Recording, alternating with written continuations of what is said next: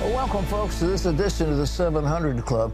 From what we gather, satellite photographs have shown members of the Revolutionary Guard, Iranian Guard, placing what look like missiles on small craft in the Persian Gulf.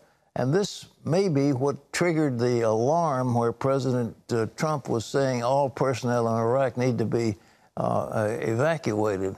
It hasn't been shared with Congress, and it hasn't been made public. So is that the cause? It may well be, and Iran may well be planning some violent action in the Gulf. We just don't know that yet. But turning closer to home, on April alone, 100,000 people tried to enter our country illegally. 100,000. And that's just the people who were detained at the border. Today, President Trump announced a new immigration plan calling for sweeping changes based on merit. And he still hasn't dealt with the Dreamers, and Democrats are saying, look, don't you think you ought to take care of the Dreamers? And I totally agree. The people who've been young people who've lived here for their lives, and they dream of becoming American citizens. And Trump was willing to give on that some time ago, but that's not on this plan. As CBN's Jenna Browder reports from Washington, Democrats are already against the president's plan. President Trump will lay out his new immigration plan in a Rose Garden speech today. He's expected to focus on two key issues: legal citizenship and border security. Tremendous problems are caused at the southern border, from drugs to the wrong people being allowed to come in because of a corrupt and broken system. His plan aims to overhaul the green card system and put more emphasis on people with high-level skills, degrees, and command of the English language. I don't think most countries are giving us their finest. What's not changing, the number of green cards given out each year, which will stay at 1.1 million. Democrats say the president's plan fails to address the critical issue of dreamers, young people brought to the United States illegally by their parents. This all comes as the crisis at the border escalates. In April and March alone, 200,000 people were detained trying to cross illegally. Now backups are being called in to help. CNN reporting the Transportation Security Administration will send hundreds of officials to help control the overflow of migrants. Senator Lindsey Graham has released his own immigration plan that seeks to reform the asylum process. Graham's proposal would require asylum applicants from Central America to apply for asylum in their respective countries. The situation we have on the border today is horrible. The Associated Press visited 8 cities along the border and found 13,000 asylum seekers on waiting lists to get into the country, often exposed to gangs and extremely dangerous situations. Democrats say they must be a part of this conversation, and some Republican lawmakers agree. Without cooperation from both sides, the president's plan has little chance of getting anywhere. In Washington, Jenna Browder, CBN News.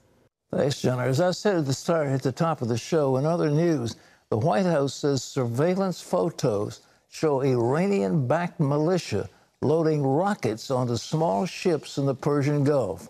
John Jeffbett has more on that story. Thanks, Pat. The New York Times reports senior administration officials are revealing information to counter claims that there is no significant threat from Iran. Images not yet released to the public show missiles being loaded onto ships believed to be run by Iran's Revolutionary Guard. That's raising concerns of possible launches at U.S. naval ships in the Persian Gulf. European officials and some members of Congress claim the administration is overreacting. The Washington Post reports disagreement in the White House, with President Trump reportedly wanting a diplomatic approach while senior advisors push for military action. The president blasted reports of conflict within the administration, tweeting, "There is no infighting. Different opinions are expressed, and I make a decisive and final decision. All sides, views, and policies are covered." And he ended with saying, "I'm sure that Iran will want to talk soon." Well, leaders from Venezuela's government and the opposition are reportedly meeting in Norway. Members of the National Assembly, which supports opposition leader Juan Guaido, say the two sides are there to resolve the political crisis in their country. Venezuelan dictator Nicolas Maduro did not confirm the meeting, though he did say his information minister is on a very important mission outside of the country. Well, GOP leaders are pressuring House Democrats to pass a bill protecting Israel from a global effort seeking to isolate Israel. In February, the Republican Senate voted overwhelmingly to approve a measure weakening the boycott, divestment, and sanctions movement. But it's been stalled in the House. CBN News Capitol Hill correspondent Abigail Robertson has more. The move to force a vote to protect Israel comes as Israelis celebrate the founding of the Jewish state amid renewed Palestinian protests. Palestinian activists protesting a major international event in Israel are only part of a growing anti-Israel movement. There is a rising trend in anti-Semitism across the world. Now, Republican leaders want to force a vote that would protect Israel from boycott, divestment, and sanctions. The BDS movement seeks to prevent individuals, private companies, and even entire countries from doing business with Israeli firms. The ultimate aim is to exclude, isolate, and delegitimize Israel. Instead, lawmakers want to give state and local governments permission to refuse to work with companies involved in BDS. Where you have members of Congress expressing anti-Semitic views on a regular basis now, and also embracing and supporting this boycott and divestment movement. Minority Whip Steve Scalise believes Israelis wouldn't be the only ones hurt by the BDS movement. The BDS movement would hurt Palestinians who are making good wages. A bipartisan proposal to counter BDS passed the Senate with 77 votes in February, but hit a roadblock in the House. Let's send a signal again to the nation and to the world. House lawmakers hope a force vote will reignite that legislative option. There's an opportunity for those Democrats who believe in standing up to anti-Semitism have an opportunity to do so. Do not let your leadership stop you. Lawmakers say the bill is necessary to contend with a growing voice in Congress supporting the anti-Israel movement. We should not have to be talking about a member of Congress who time after time after time is making anti-Semitic remarks. Lawmakers in the House need 21 Democrats to sign the petition to force a vote on the floor. That's fewer than the number of Senate Democrats who supported the anti-BDS bill back in February. Reporting from Capitol Hill, Abigail Robertson, CBN News. Thanks, Abigail. Pat, back to you. I don't know why the Democrats don't condemn the remarks that have been made by that member who has been so anti-Israel, whose statements have been so extreme. And that lady still sits on the Foreign Relations Committee of the House of Representatives. And so far, the leadership has not taken, condemnation action in any way, shape, or form. And I don't think the Democrats want to be perceived as anti-Israeli, but it looks like that's the way it's coming down, is the Republicans are now the pro-Israel party, and the Democrats are turning out to be the anti-Israel party. And I wonder if the Jewish donors who have so vigorously supported Democrats in the past will continue to do so. It seems like they ought to switch sides. John? Pat, Alabama Governor Kay Ivey signed the toughest abortion bill in the country into law Wednesday night. The governor said the bill is a powerful statement to Alabamians' deeply held belief that every life is a sacred gift from God. All human life is precious. The law makes abortion at any stage of pregnancy a felony, punishable up to 99 years in prison for the abortion provider. There is no exception for rape or incest, only if the expectant mother's health is at serious risk. The law doesn't go into effect for 6 months, but is expected to face legal challenges to stop it. And that's the goal, to go to the Supreme Court to overthrow Roe v. Wade, the 1973 landmark decision that legalized abortion nationwide. Louisiana is poised to pass a law banning abortions after a fetal heartbeat is detected, and Pat, Missouri is also close to passing one banning abortions after just 8 weeks. Well, there are many, many states that are now passing these bills. In order to get cert, there needs to be either a large number of states that are in favor of this type of action, or else there's got to be a split in the circuits, and I don't think we've got that yet. But without question, they're going after Roe versus Wade. Roe versus Wade was ill-decided. It was based on that Griswold versus Connecticut decision that talked about penumbras and emanations and all that nonsense that entered into our jurisprudence. And as I've said before, I don't think this particular bill is the case I would want to bring to the Supreme Court. I think that you want to get something that you know is going to win, and I don't think that will. John? Pat, this month, thousands of college students will walk across the stage and collect their diplomas. But most are leaving school with more than just a degree. They're also saddled with hundreds of thousands of dollars of crippling debt. Some Democratic presidential candidates are proposing giving free tuition to solve the college debt crisis.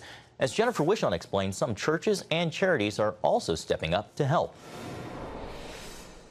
College is a lot. It's a lot of money. Maya Thompson is a graduating senior at Howard University. She's also a mom. So some days I work 5 days a week and some other days I work 2 days a week. Recently, she and 33 other Howard students received some divine intervention, courtesy of a D.C. area church. Over 40 days, the congregation of Alfred Street Baptist Church fasted, prayed, and gave as God guided them. This is the fruit of the $100,000 they raised. We heard the Lord say we ought to do something good for some people who are getting ready to graduate. So came over here to Howard, pulled out the names of seniors who had some holds on their account just because of balances that were left over after financial aid and all that. And we want to let you know your account has been paid in full, man. You're clear to graduate. Oh! Tuition at public universities costs 3 times what it did in the late 80s. Graduating seniors can rack up $20,000 to $40,000 in debt by the time they collect their diplomas. Nationwide, Americans owe $1.5 trillion in student debt. So how did students get into this mess of debt? Some say the government is to blame. Colleges know students have easy access to billions in federal aid, encouraging them to drive their tuition prices higher and higher. We're seeing the price of college increase exponentially. Mary Claire Amsalem follows college trends for the Heritage Foundation. If we had a robust private lending market, we would have private lenders competing to give loans to students and colleges competing for students rather than the other way around. The situation is dire. A lot of students in my school, we share books. So like someone has the book, it's like, hey, can I take a picture of that page? Some students find themselves choosing between college expenses or putting food on the table. Reports from Mississippi and Kentucky reveal the growth in students turning to food pantries.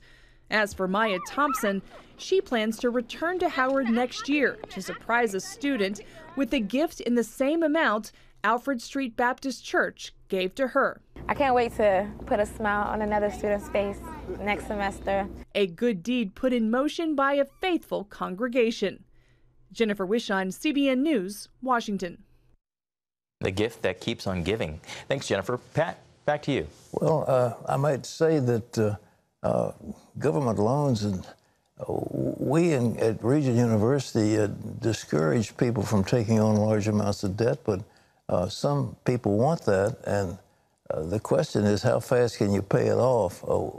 As a matter of fact, Regent University is now considering for their employees some kind of a program that helps them pay these debts down, but it's a long-term process. There's got to be some place where the interest rates stop, so if you start having compound interest on those loans, that they never get hold of them. It's just almost an impossibility unless people take positions in companies that are paying big money. And this means that teachers, for example, will be mitigated against because the pay for teachers is fairly low. And so you go into the various skill sets that pay higher wages, that people can afford to pay off those debts. In other skills like teachers, there needs to be some real serious consideration from the federal agencies of loan forgiveness for those people who have taken on those debts.